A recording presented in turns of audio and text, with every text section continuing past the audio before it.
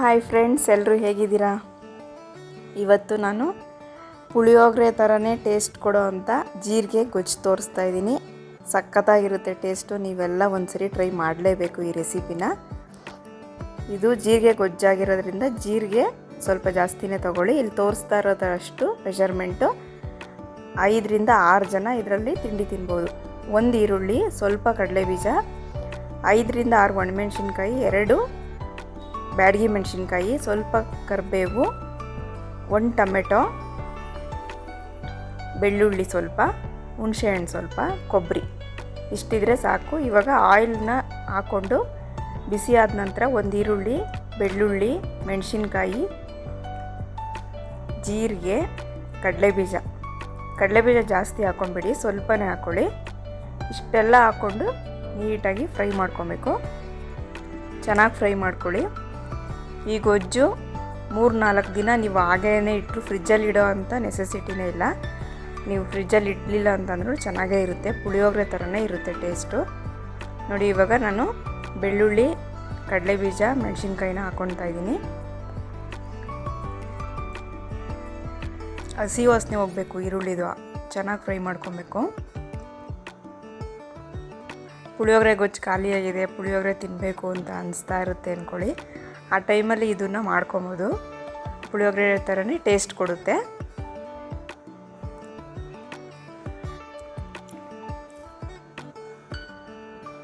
ಚೆನ್ನಾಗಿ ಫ್ರೈ ಮಾಡ್ಕೊಳ್ಳಿ.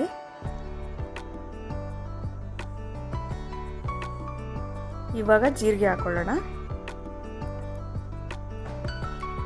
ನೀವು ಖಾರ ಬೇಕಂದರೆ ಇನ್ನೂ ಸ್ವಲ್ಪ ಮೆಣಸಿನ್ಕಾಯಿ ಹಾಕ್ಕೊಳ್ಳಿ. ಇದು ಖಾರ ಜಾಸ್ತಿ ಇರೋದ್ರಿಂದ ನಾನು 5 ಒಣಮೆಣ್ಸಿನ್ಕಾಯಿ ಹಾಕಿ 2 ಬೇಡಿಗೆ ಮೆಣಸಿನ್ಕಾಯಿ ಹಾಕಿದ್ದೀನಿ. ಸ್ವಲ್ಪ ಜೀರಿಗೆ, ಇವಾಗ ಇಷ್ಟು ಜೀರಿಗೆ ಹಾಕಿದ್ದೀನಿ ನಾನು.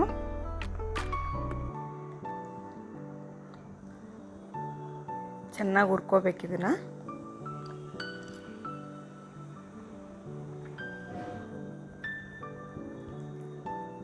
ಬಿಸಿ ಅನ್ನಕ್ಕೆ ಈ ಗೊಜ್ಜು ಕಲಿಸ್ಕೊಂಡು ತುಪ್ಪ ಹಾಕ್ಕೊಂಡು ತಿಂತಾಯಿದ್ರೆ ಸೂಪರಾಗಿರುತ್ತೆ ಟೇಸ್ಟು. 1 ಟೊಮೆಟೊ ಹೇಳಿದ್ನಲ್ಲ, ಫುಲ್ಲು ಹಾಕಿಲ್ಲ ನಾನು, 3/4 ಭಾಗ ಟೊಮೆಟೊ ಹಾಕಿದ್ದೀನಿ. ಟೊಮೆಟೊ ಒಂದು ಸಣ್ಣ, ಅದು ಸ್ವಲ್ಪ ದಪ್ಪ ಸೈಜ್ ಇರೋದ್ರಿಂದ ನಾನು 3/4 ಭಾಗ ಹಾಕ್ತೆ. ಸ್ಮಾಲ್ ಸೈಜ್ ಇದ್ದರೆ 1 ಫುಲ್ ಹಾಕಿ. ನೋಡಿ, ಇದು ನಾನು ಎತ್ತಿಡ್ತಾ ಇದ್ದೀನಿ, ಅಷ್ಟೇ ಸಾಕು. ಇವಾಗ ಇದೆಲ್ಲ ಆಲ್ಮೋಸ್ಟ್ ಆಗಿದೆ, ಫ್ರೈ ಆಗಿದೆ. ಸ್ವಲ್ಪ ಹೊತ್ತು ಫ್ರೈ ಮಾಡ್ಕೊಂಡು ಅಷ್ಟರಲ್ಲಿ ಕೊಬ್ಬರಿ ಎಲ್ಲ ರೆಡಿ ಮಾಡ್ಕೊಳ್ಳೋಣ. ಕೊಬ್ಬರಿ ತುರಿದಿಟ್ಕೊಳ್ಳೋಣ ಸ್ವಲ್ಪ. ಇದಕ್ಕೆ ಹಸಿ ಕಾಯಿ ಹಾಕೋಂಗಿಲ್ಲ, ಕೊಬ್ಬರಿನೇ ಹಾಕಬೇಕು.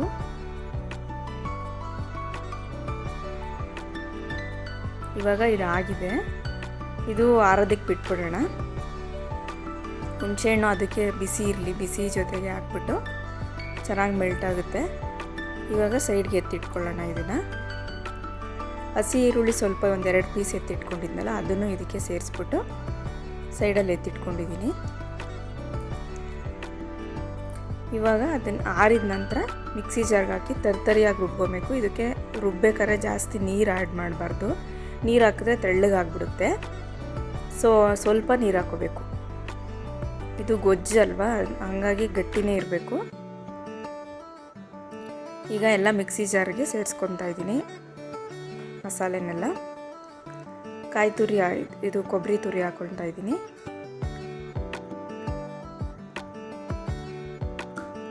ಕೊಬ್ಬರಿ ತುರಿ ಹಾಕ್ಕೊಂಡಾದ್ಮೇಲೆ ಕೊತ್ತಂಬರಿ ಸೊಪ್ಪು, ಇದು ಅಷ್ಟೇ ಜಾಸ್ತಿ ಹಾಕೋಂಗಿಲ್ಲ, ಸ್ವಲ್ಪ ಸಾಕು ಕೊತ್ತಂಬರಿ. ಈಗ ನೋಡಿ, ಈ ಟೆಕ್ಸ್ಚರಲ್ಲಿ ಇರಬೇಕಿದು. ತುಂಬ ಗಟ್ಟಿನೂ ಇರಬಾರ್ದು, ತುಂಬ ತೆಳುವೂ ಇರಬಾರ್ದು. ಇದು ಕರೆಕ್ಟಾಗಿದೆ. ಈ ಥರ ರುಬ್ಬಿಟ್ಕೊಂಡು ಇವಾಗ ಒಂದು ಬಾಣಲಿಗೆ ಸ್ವಲ್ಪ ಆಯಿಲ್ ಹಾಕಿ ಕಡಲೆಬೀಜನ ಸಪ್ರೇಟಾಗಿ ಹುರಿದು ಎತ್ತಿಟ್ಕೊಳ್ಳೋಣ. ಇದು ಕಡಲೆಬೀಜ ಹಾಕಿದ್ರೆ ಚೆನ್ನಾಗಿರುತ್ತೆ, ಆಪ್ಷನಲ್ಲು. ನಿಮಗೆ ಬೇಕಂದರೆ ಹಾಕ್ಕೊಳ್ಳಿ, ಬೇಡ ಅಂದರೆ ಸ್ಕಿಪ್ ಕೂಡ ಮಾಡ್ಬೋದು ನೀವು.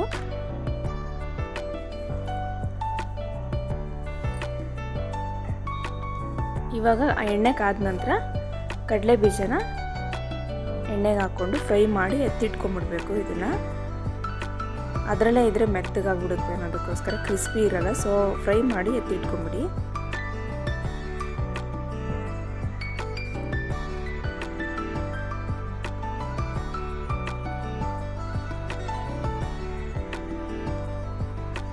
ಇದೆಲ್ಲ ಇಂಗ್ರೀಡಿಯೆಂಟ್ಸು ಮನೇಲಿ ಇದ್ದೇ ಇರುತ್ತೆ. ಏನು ತಿಂಡಿ ಮಾಡೋದು ಅಂತ, ತರಕಾರಿ ಇಲ್ಲ ಏನು ಮಾಡೋದು ಅಂತ ಅಂದ್ಕೊಂಡಾಗ ಈ ರೆಸಿಪಿನ ನೀವು ಆರಾಮ್ಸೆ ಮಾಡ್ಕೊಬೋದು.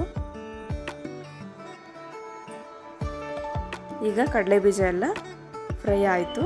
ಇದನ್ನು ಒಂದು ಪ್ಲೇಟ್ಗೆ ಎತ್ತಿಟ್ಕೊಳ್ಳೋಣ.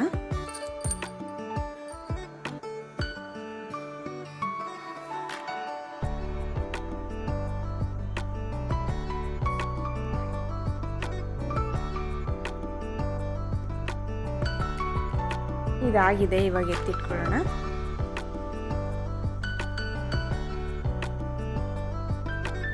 ಈಗ ಜೀರಿಗೆ ಹಾಕೊಂಡಿದ್ದೀನಿ, ಸಾಸಿವೆ ಹಾಕ್ಕೊಂಡು ಸಾಸಿವೆ ಸಿಡಿದ ನಂತರ ಕರಿಬೇವು ಹಾಕ್ಕೊಳ್ಳಿ.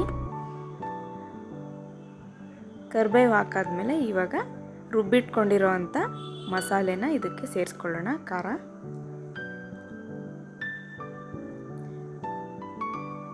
ಎಲ್ಲ ಮಸಾಲೆನೂ ಇದಕ್ಕೆ ಸೇರಿಸ್ಕೊಳ್ಳಿ. ಈಗ ಜಾಸ್ತಿ ನೀರು ಹಾಕೋಂಗಿಲ್ಲ, ನೀವು ಎಣ್ಣೆ ಸ್ವಲ್ಪ ಜಾಸ್ತಿನೇ ಹಾಕ್ಕೊಳ್ಳಿ, ಚೆನ್ನಾಗಿರುತ್ತೆ. ಎಣ್ಣೆ ತಿನ್ನೋ ಅಂಥವ್ರು, ಬೇಡ ನಾವು ಆಯಿಲ್ ಕಡಿಮೆ ತಿಂತೀನಿ ಅನ್ನೋರು ಕಡಿಮೆ ಕೂಡ ಹಾಕೊಬೋದು. ಇದು ಚೆನ್ನಾಗೇ ಇರುತ್ತೆ. ಇದು ಅನ್ನಕ್ಕಷ್ಟೇ ಅಲ್ಲ ಫ್ರೆಂಡ್ಸ್, ರೊಟ್ಟಿಗೂ ಕೂಡ ಸಖತ್ತಾಗಿರುತ್ತೆ. ರಾಗಿ ರೊಟ್ಟಿ, ಅಕ್ಕಿ ರೊಟ್ಟಿಗೂ ಚೆನ್ನಾಗಿರುತ್ತೆ ಈ ಗೊಜ್ಜು.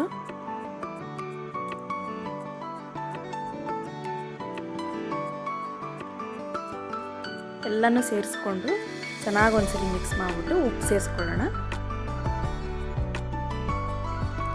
ಉಪ್ಪು ಹಾಕಿ ಸ್ವಲ್ಪನೇ ಒಂದು ನಿಮಿಷ ಕುದಿಸ್ಕೊಂಡ್ರೆ ಸಾಕಿದು ರೆಡಿ ಆಗಿಬಿಡುತ್ತೆ. ಯಾಕೆಂದರೆ ನಾವೆಲ್ಲನೂ ಫ್ರೈ ಮಾಡ್ಕೊಂಡಿರೋದ್ರಿಂದ ಜಾಸ್ತಿ ಕುದಿಸೋ ಅಂಥ ಅವಶ್ಯಕತೆ ಇಲ್ಲ.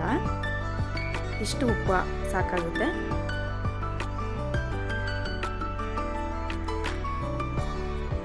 ಈಗ 1 ನಿಮಿಷ ಕುದಿಸ್ಕೊಂಡಿದ್ದೀನಿ. ಖಾರ ಚೆನ್ನಾಗಿ ಕುದ್ದಿದೆ. ಇವಾಗ ಇದು ರೆಡಿ ಇದೆ. ಈಗ ಬಿಸಿ ಬಿಸಿ ಅನ್ನಕ್ಕೆ ಈ ಗೊಜ್ಜು ಕಲಿಸ್ಕೊಳ್ಳೋಣ. ಹಾಕ್ಕೊಂಡು ಈಗ ಬಿಸಿ ಅನ್ನಕ್ಕೆ ಇವಾಗ ಗೊಜ್ಜು ಹಾಕ್ಕೊತಾ ಇದ್ದೀನಿ.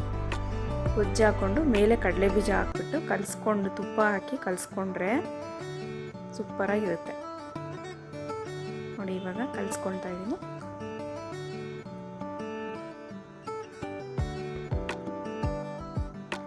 ಇವಾಗ ಕಡಲೆಬೀಜ ಹಾಕ್ಕೊಳ್ಳೋಣ. ಮೇಲೆ 1 ಸ್ಪೂನ್ ತುಪ್ಪ ಹಾಕ್ಕೊಂಡು ಕಲಿಸ್ಕೊಳ್ಳೋಣ. ಈಗ ನೋಡಿ, ಇವಾಗ ಈ ಥರ ಪುಳಿಯೋಗರೆ ಥರನೇ ಇದೆ ನೋಡಿ. ಟೇಸ್ಟು ಕೂಡ ಹಂಗೆ ಇರುತ್ತೆ. ನೀವು ಒಂದ್ಸರಿ ಟ್ರೈ ಮಾಡಿ. ಹಾಗೆ ನನ್ನ ಚಾನಲ್ ಫಸ್ಟ್ ಟೈಮ್ ನೋಡ್ತಾ ಇರೋಂಥವ್ರು ಪ್ಲೀಸ್ ಸಬ್ಸ್ಕ್ರೈಬ್ ಮಾಡ್ಕೊಳ್ಳಿ. Thank you for watching. Bye.